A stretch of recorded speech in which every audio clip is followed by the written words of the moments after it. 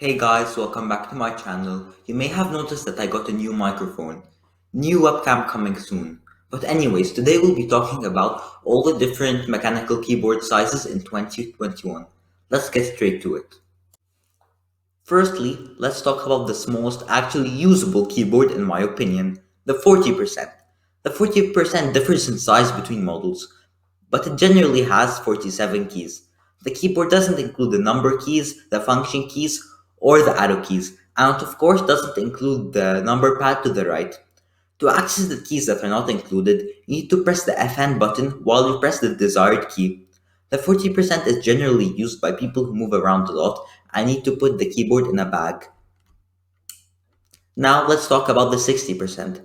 The 60% is generally loved by gamers because of its compact size as well as it has the number keys up top. It's very similar to the 40%. The only difference is the number keys up top, like I said. To access the keys that are not available, like the 40%, you need to press the FN key while you press the desired key. Now let's talk about the 65%. This is one of my favorite keyboards, since this keyboard is technically a 60% with the arrow keys. I love to use the arrow keys, so this is why I love the compact size of it and the availability of the arrow keys. The 75%. This is my favorite keyboard out of all the keyboards because this is a 65% just with the function keys, and the function keys are very useful to me. And this keyboard, you do not need to use the FN button to access keys that are not available. All the keys are already displayed for you. Now let's talk about the TKL, also known as the 80%. The TKL is very similar to the 75%. It just has a more spaced out layout and a few extra keys that I don't really use. This is why I don't really like the TKL. I would prefer a 75% every day.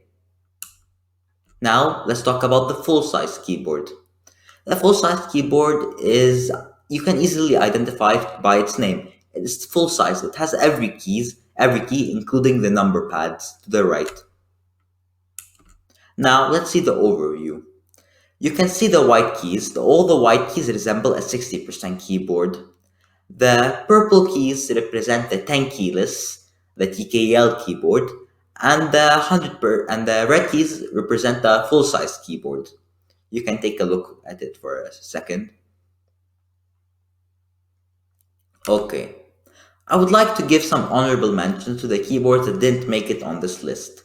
The macro pad. The macro pad isn't really a keyboard. It just comes with a few switches you can modify to do functions into your computer.